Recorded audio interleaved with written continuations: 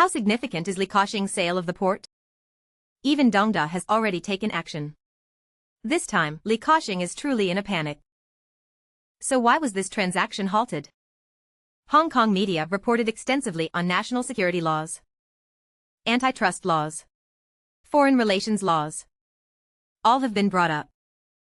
The Market Regulation Administration has directly intervened in the investigation. This means Ka-shing has indeed stepped on a landmine. Strategic security is a red line that Dongda cannot easily challenge. Ka-shing's sale of the port exposes his double standards both domestically and internationally. It should be noted, Balboa Port and Cristobal Port hold the key to the Panama Canal.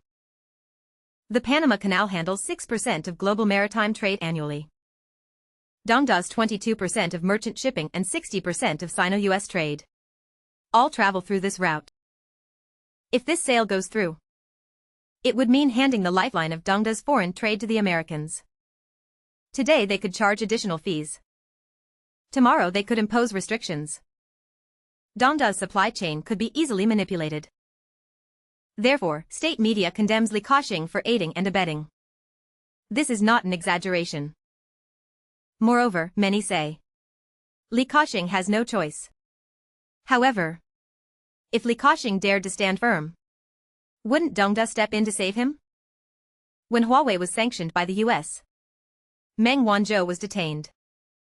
But in the face of national security, Huawei did not back down. As a result, Dongda protected Huawei, and after 3 years, Meng Wanzhou returned with a stunning comeback. Dongda is fully committed to protecting Huawei. Simply put, it's because Huawei is patriotic. But Ka-shing has not faced any coercion. Even if he had, he has 1,000 ways to respond. Yet he chooses to comply willingly. He is essentially betraying his country. But the White House is still firm, understanding the situation. Ka-shing offers no resistance. He could have engaged a legal team and dragged it out for a year and a half. It wouldn't have been impossible. Yet he chooses not to. In 2015, state-owned enterprises wanted to buy 40% of Ka-shing's port shares. Ka-shing's asking price was nearly 3 times the market value. And he refused to give control. Now, selling 80% to Benet is at a valuation 3 times higher than before. He also retains control. This means he is selling the same assets to the Americans. Previously, he demanded exorbitant prices domestically. But now he offers discounts internationally. No wonder the authorities have labeled him. This is what aristocracy looks like. Some say Ka-shing is just a businessman. That businessmen have no country. Those who say this are either foolish or malicious. When the Russia-Ukraine conflict broke out, the US issued an order, and all Western brands withdrew. Russia showed no hesitation or complaint. All American companies know they should follow their country's call. Unconditionally obey orders. This is their consensus. Moreover, the US once vetoed Japan's acquisition of US steel under the guise of national security. While the US leader constantly debates laws, he never questions this decision. Instead, he continues to enforce it resolutely. Now, let's look at Dongda. It failed to acquire Ukraine's Motor Sich. And the acquisition of Korea's Magna also failed. The sale of ASML's lithography machine in Hunan failed. Even signing a chip processing agreement with TSMC ended in failure. At this moment, some speak of business freedom. Are those freedoms only for Dongda's national interests? You cannot only talk about business freedom when it comes to protecting national interests. Right? Furthermore, when the West sanctioned Russia, even pets had their nations. How could businessmen not have a country? Right? As previously mentioned, the competition between Dongda and the US has reached a fever pitch. The US aims to firmly control the 3 core global shipping routes: the Panama Canal, Suez Canal, and the Strait of Malacca.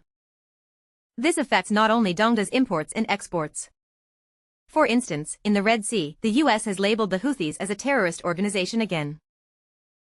In the future, the Suez Canal's entry will be chaotic, which not only weakens Europe, but directly suppresses Dongda's Central European shipping routes. Global merchant ships will be forced to reroute around Africa's Cape of Good Hope. This effectively nullifies the Suez Canal's importance. The Red Sea accounts for 22% of global container ships, 20% of car transport ships, and 15% of cruise ships.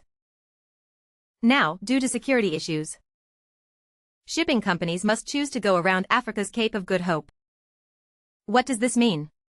It means the journey will be extended by 10 to 14 days. Travel distance could increase by 80%. Fuel costs, labor costs, and insurance costs will all rise. Freight rates could more than double compared to the Suez Canal. And 60% of Dongda's exports to the EU must go through the Suez Canal, accounting for nearly 40% of total exports. In simple terms, nearly half of Dongda's export trade is affected. This directly strikes at their foreign trade. And the ambitions of the US go far beyond this. According to recent media reports, the White House has formally requested the Pentagon to provide reliable military options to ensure unrestricted access to the Panama Canal.